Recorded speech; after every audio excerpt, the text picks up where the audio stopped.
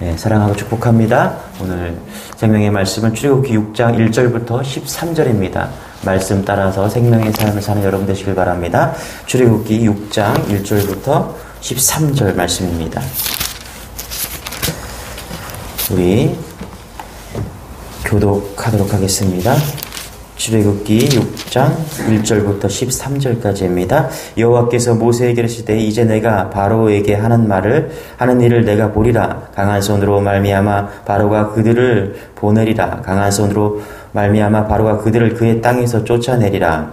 하나님이 모세에게 말씀하여 이르시되 나는 여호와이니라. 내가 아브라함과 이삭과 야곱에게 전능의 하나님으로 나타났으나 나의 이름을 여호와로는 그들에게 알리지 아니하였고 가나안 땅 곧 그들이 거류하는 땅을 그들에게 주기로 그들과 이제 애굽 사람의 종으로 삼은 이스라엘 자손의 신음소리를 내가 듣고 나의 언약을 기억하노라. 그러므로 이스라엘 자손에게 말하기를 나는 여호와라. 내가 애굽 사람의 무거운 짐 밑에서 너희를 빼내며 그들의 노역에서 너희를 건지며 변팔과 여러 큰 심판들로서 너희를 속량하여 너희를 내 백성으로 삼고 나는 너희의 하나님이 되니니 나는 애굽 사람의 무거운 짐 밑에서 너희를 빼낸 너희의 하나님 여호와인 줄 너희가 알지라. 내가 아브라함과 이삭과 야곱에게 주기로 맹세한 땅으로 너희를 인도하고 그 땅을 너희에게 주어 기업을 심게 하리니 나는 여호와라 하셨다 하라. 모세가 이와 같이 이스라엘 자손에게 전하나 그들이 마음의 상함과 가혹한 노역으로 말미암아 모세의 말을 듣지 아니하였더라. 여호와께서 모세에게 말씀하여 이르시되 들어가서 애굽 왕 바로에게 말하여 이스라엘 자손을 그 땅에서 내보내라 하라. 모세가 여호와 앞에 아뢰어 이르되 이스라엘 자손도 내 말을 듣지 않았거든 바로가 어찌 들으리까. 나는 입이 둔한 자니이다. 13절 가죠. 시작. 여호와께서 모세와 아론에게 말씀하사 그들로 이스라엘 자손과 애굽 왕 바로에게 명령을 전하고 이스라엘 자손을 애굽 땅에서 인도하여 내게 하시니라. 아멘. 출애굽기 엑소더스, 그렇죠? 엑소더스는 이스라엘 백성이 애굽에서 애굽의 노예에서 탈출하는 탈출기죠. 엑소더스. 이 이스라엘 백성들의 출애굽, 이 탈출은 현상이죠. 눈에 보이는 거예요. 그런데 출애굽기의 현상의 포인트가 있는 것이 아니라 하나님이 진짜 말씀하고 싶은 게 있으세요. 이스라엘 백성들을 애굽으로 이렇게 탈출하는 그것은 현상이고 진짜 하나님께서 말씀하신 것이 하고 싶은 것이 있으시죠. 그것이 뭐냐면 하나님이 누구신가요? 하나님이 누구신가? 하나님이 보여주시고 모세가 못한다고 하세요. 계속적으로. 하나님이 또 보여주시고 못한다고 하십니다. 간신히 모세를 설득했어요. 그래서 모세가 이제 이스라엘 백성들한테 가죠. 그러니까 이번에는 이스라엘 백성들이 또 못한다고 하는 거죠. 이스라엘 백성들이 설득이 안 돼요. 모세가 하니까. 그래서 또 모세가 또 이스라엘 백성들 얘기하니까 이스라엘 백성은 또 못한다고 하고 이스라엘 백성들을 또 설득합니다. 이제는 또 누구한테 갑니까? 바로한테 또 가는 거예요. 바로한테. 모세가 바로한테 가요. 가니까 어떻게 돼요? 바로가 용납을 하나요? 또 안 하는 거예요. 계속해서 이 사건이 반복되는 게 출애굽기죠. 그래서 탈출하는 거예요. 10가지 재앙까지. 왜 이렇게 하실까요? 출애굽기는 이스라엘 백성들의 애굽 탈출이지만 이 사건을 통해서 하나님 당신이 누구신지를 드러내는 것이 출애굽기인 것이죠. 아주 심플하게 그냥 한 번에 출애굽시킬 수 있죠. 하나님은요. 그런데 그렇게 하지 않고요. 모세에게도 계속 하나님이 누구신가를 계속 설명합니다. 그리고 이스라엘 백성에게도 더 나아가서는 바로 왕에게까지 10가지 재앙을 보여주시죠. 왜 10가지 재앙일까요? 물론 10가지 재앙이 다 한 가지 그 애굽의 그 신들을 다 이기면서 결국은 하나님이 누구신가를 보여주기 위한 것이죠. 하나님이 누구신지 가르쳐주기 위해서 출애굽을 하고 계시다. 당시에 하나님이 누구신지 모세는 알았습니까? 몰랐습니다. 하나님이 누구신지 이스라엘 백성들은 알았나요? 몰랐습니다. 바로는 알았나요? 몰랐어요. 모세가 말했습니다. 그래서 하나님의 명령대로 바로에게 이렇게 이스라엘 백성들을 보내달라고 하니까 바로가 백성을 학대합니다. 왜 백성들을 구원하지 않으십니까? 그때 하나님께서 이렇게 말씀하시는 게 1절이죠. 같이 한번 읽어볼게요. 시작. 여호와께서 모세에게 이르시되 이제 내가 바로에게 하는 일을 내가 보리라. 강한 손으로 말미암아 바로가 그들을 보내리라. 강한 손으로 말미암아 바로가 그들을 그의 땅에서 쫓아내리라. 여기 뭐라고 그래요? 1절에 보니까 보리라 이렇게 얘기합니다. 내가 보리라. 누가 보는 거예요?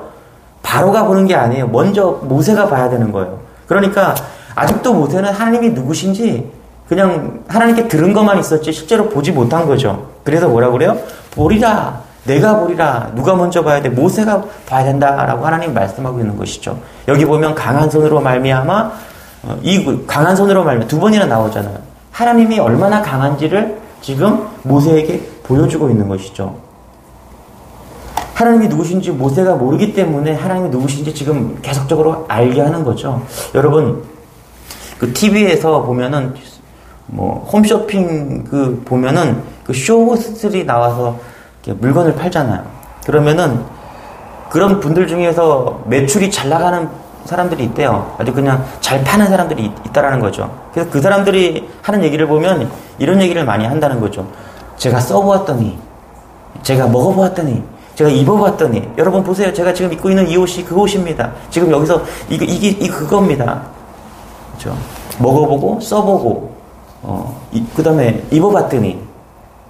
그러니까 저는 이 말씀을 보면서 하나님이 누구신 정확하게 가르쳐주기 위해서 모세가 이것을 알아야 됐던 거죠. 먼저 모세가 입어보고 써보고 먹어보고 하나님 이런 분이시는구나 그랬을 때 이게 설득이 되는 거죠. 이스라엘 백성들을 설득할 수 있고 바로를 설득할 수 있는 거죠. 그래서 이렇게 모세는 지금 쇼호스트 같은 그런 존재다. 그래서 하나님이 제일 먼저 모세에게 하나님이 누구신지 지금 말씀하고 있는 것이죠. 자, 우리 2절, 3절 같이 한번 그런 관점으로 한번 읽어볼게요. 시작. 하나님이 모세에게 말씀하시되 나는 여호와니라. 계속해서 그렇죠? 3장부터 계속해서 하나님은 누구에게? 모세에게 나는 여호와니라. 3절들 보세요. 내가 아브라함과 이삭과 야곱에게 전능히 하나님으로 나타났으나 나는 이름을 여호와로는 그들에게 알리지 아니하였고. 지금 하나님께서 나는 여호와 하나님이다 이 이름을 처음 쓴다 이렇게 말씀하고 있는 거예요. 사실 그렇지는 않아요. 아브라함에게도 하나님이라는 이름을 썼습니다. 그런데 지금 하나님께서 왜 지금 모세에게 여호와 하나님이니라 왜 이 이름을 처음 쓰냐? 나는 처음 쓴다 이렇게 말합니까? 뭐예요? 여호와 하나님 이 이름 오랫동안 존재했어요. 그렇지만은 이제부터는 이스라엘 삶과 실존에서 새로운 계약을 맺겠다는 것이죠.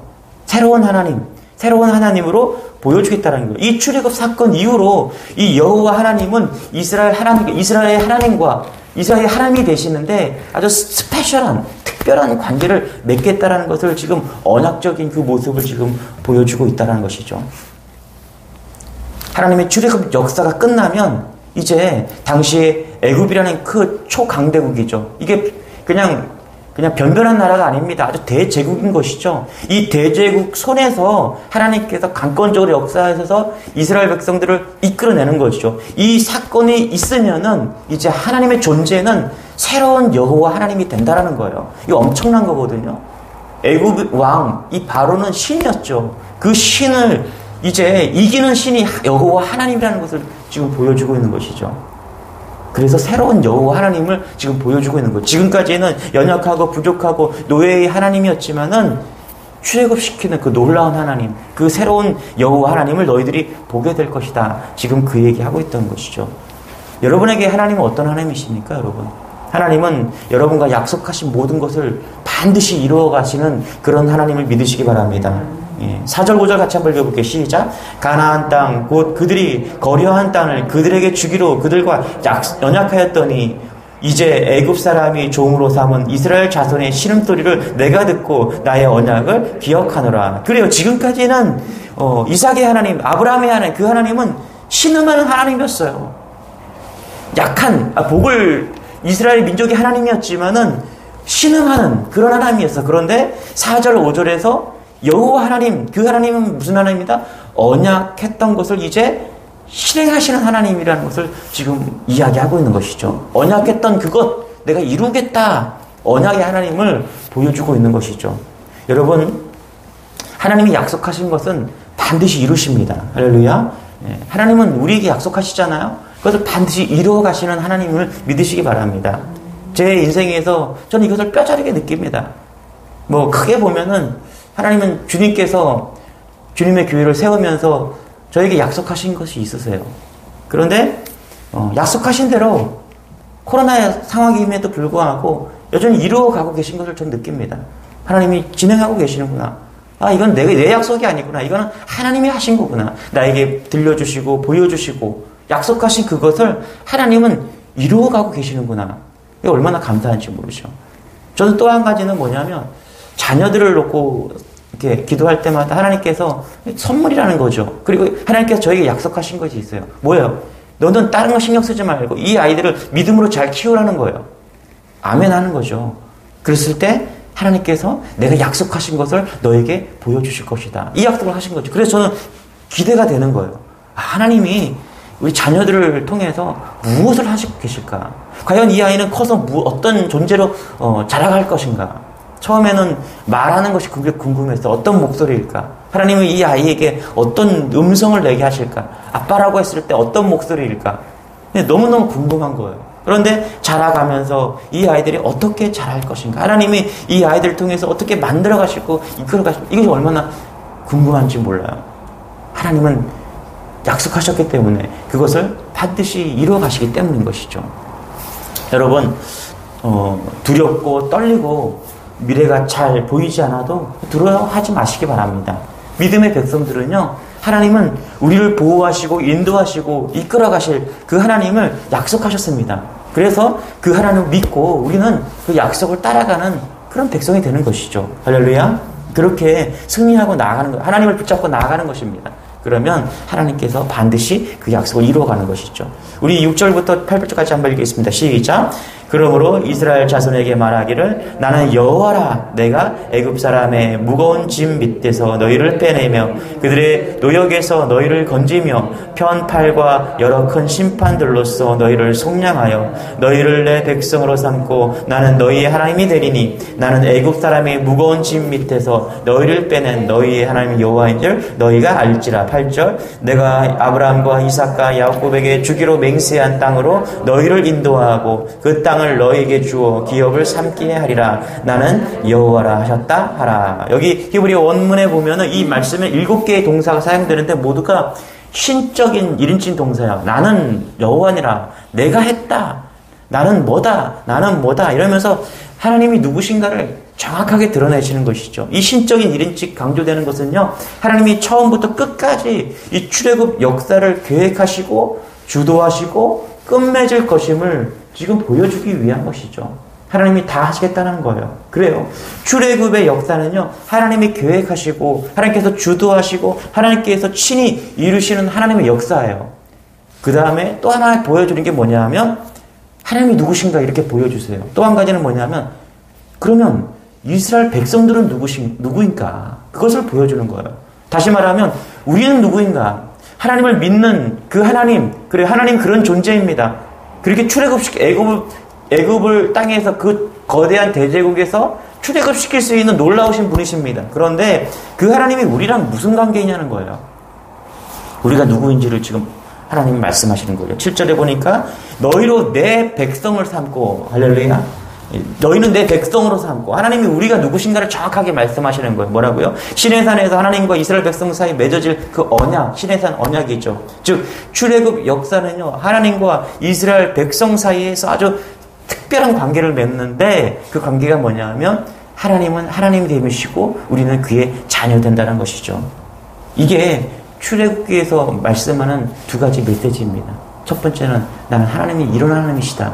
그리고 너희들은 내 자녀다. 이게 하나님이 말씀하시는 것이죠.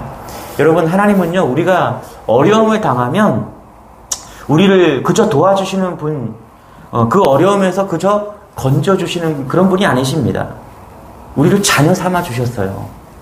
우린 여러분 남남이잖아요. 그 여러분은 몇 번 도울 수 있으십니까? 우리 장로님이나 뭐 저희 어머니도 그렇고 부모님들은요, 자녀다 싶으면요, 자기 집을 빼서라도 자기의 재산을 빼서라도 자녀들이 집을 살 때 도와주고 자녀가 무엇을 한다 그러면은 그냥 있는 돈 없는 돈 다 끌어서 자녀들을 막 도와주고 하잖아요. 근데 그게 한 번으로 안 끝나더라고요. 평생 자녀들을 돌보고 자기 것을 다 들여서 자녀들을 돌보고 애쓰는 게 그게 부모인 거예요. 남남은 그렇게 하지 않아요.